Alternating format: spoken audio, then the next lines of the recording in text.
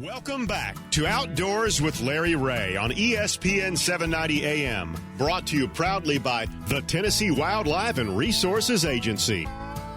Good Saturday morning, everyone. Welcome again to Outdoors with Larry Ray, the fastest 90 minutes in outdoor broadcasting, brought to you in the spacious Intercom studios out there at ESPN 790 studios. All things that you want to know about the outdoors are possible if you listen to this next segment, especially if you like to duck hunt.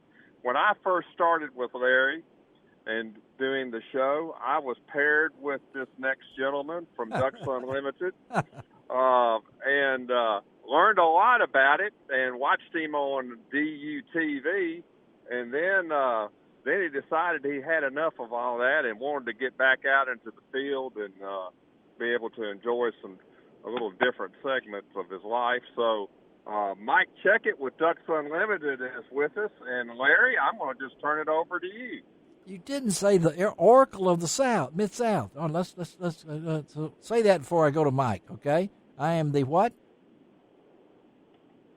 I'm the Oracle of the South, right, Frank? Oh, it won't work. Frank's undone himself. His FM voice got there. Mike Checkett, how you doing, buddy? I'm doing great, Larry. How are you? We're doing great. Frank Barton is on, and Bill Cooksey's on, but they're not on. They're not here.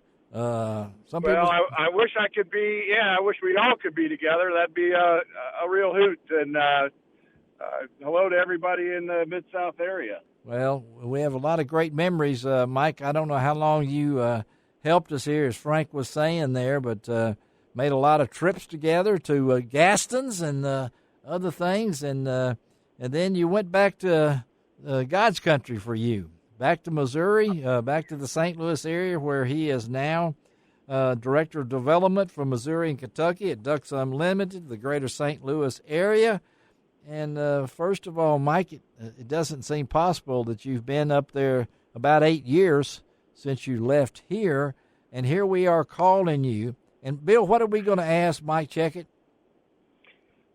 Where the dang ducks are. I think I asked Mike Checkett that before. Oh, my, he has a great way with words, Mike. So that's. I know Bill does. You know, I've been with you 17 years, and I think that's been the same question all 17 years. It's always, where are the ducks? Well, we think that and Frank has said this, that you've got them all up north. So talk to us about, from your perspective, the season. Walk us through the Sure. Missouri season. Well, you know, we,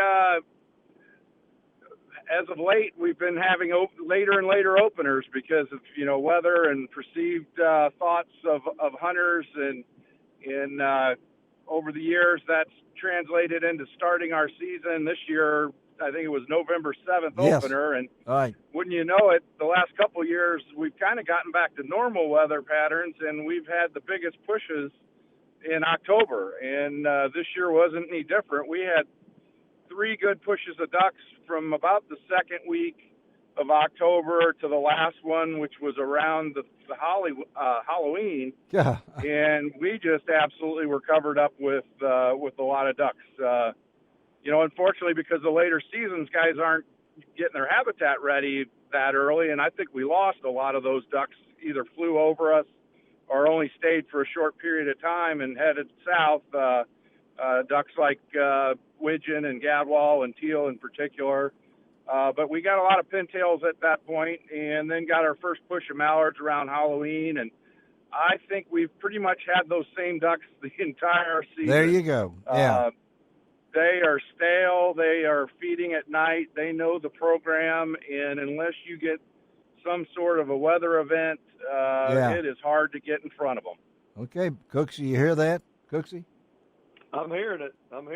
Is that what you want to hear? It goes along with what, say, Ryan Lambert, our friend in Venice, Louisiana, was telling me. They got great pushes there around Halloween. Yeah, and then, of course, when you think about that, they've got great pushes, but where did they push them to? So they stayed. And And Mike, I don't know, these figures that we mentioned earlier from the Arkansas Game and Fish Commission talking about the aerial survey was way, way down, the worst ever since they started them in 2009. So what do you think's going on this season? Well, this might help you out. I just took a quick glance yesterday, or I guess it was Wednesday, and the Illinois Department of Natural History and Survey flew their survey, and there was around 500,000 ducks counted in the Mississippi corridor area, and if I remember right, they said that was about 40% above our long-term average. So, above, if you think about it, it was all mallards. It was 73%, and then there were pintail, which normally pintails for us are going Thanksgiving. You're starting to break up, Mike, and just as a bunch of pintails that are still here, but the gadwall, the teal, and the widgeon and shovelers have long since left. Have you had a chance? I'm hearing from folks in Nebraska and South Dakota and other places north, there's still a lot of mallards up that way, and hopefully some of this cooler weather that's hitting us right now might get them thinking about going south. Well, I think this is the first time in the history of Outdoors with Larry Ray that we've had Nebraska in two different segments. Okay, I mean, and my question, Mike, you've been watching this a lot closer than any of us for quite a while.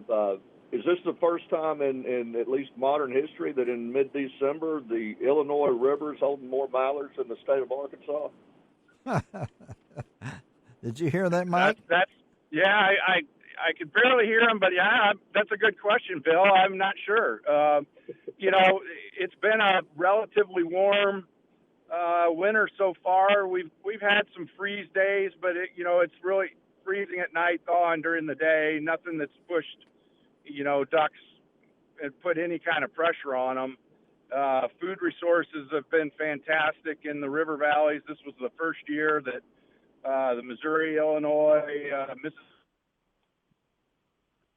damaging flooding throughout the summertime. So yeah, there's a lot of food out there and a lot of water, and there's a lot of pressure too, but these ducks seem to have figured it out, and they're in no hurry to do much of anything but sit where they're at, it seems.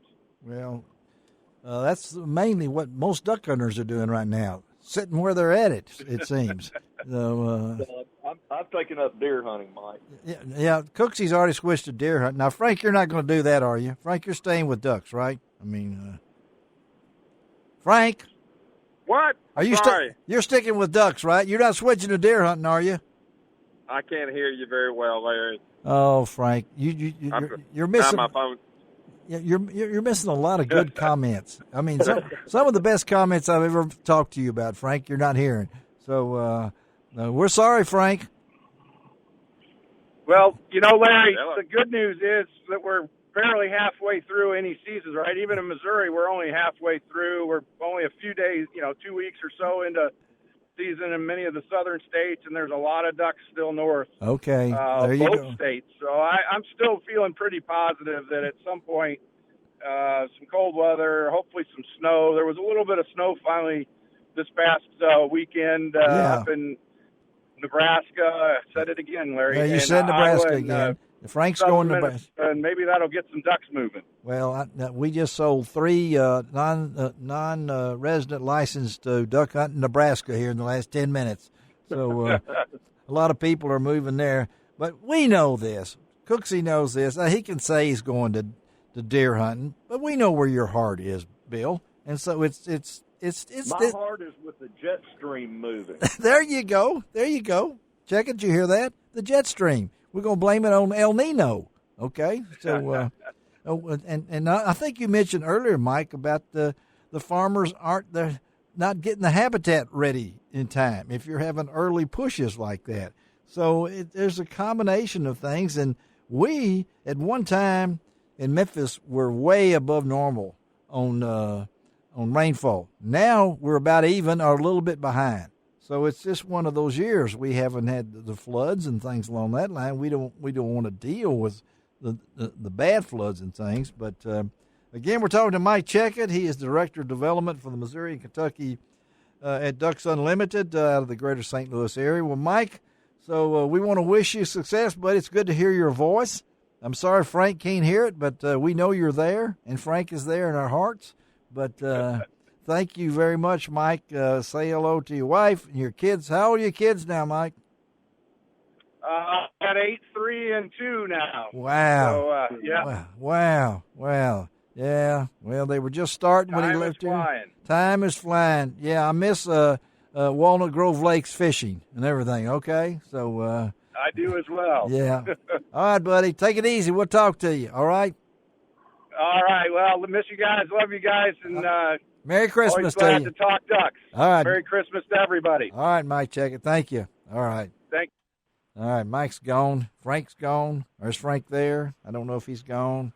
He went to his truck, and I hope nothing's bad happened to him on his truck or anything like that. But, you know, Bill, as you listen in, I don't know if Frank can hear or not, but as you listen in, that's about what we expected, wasn't it, Bill? Yeah, it really is. I mean, we all tend to look at the weather outside our window and think, well, it's gotten cold, so it's probably gotten cold up north, colder. And really, I watch St. Louis weather every day on my phone. I pull it up every morning to see if there's going to be a change. And really, there where Mike is, that's several hundred miles north of us. Yes. Yeah. And their temperatures are really almost exactly what ours are.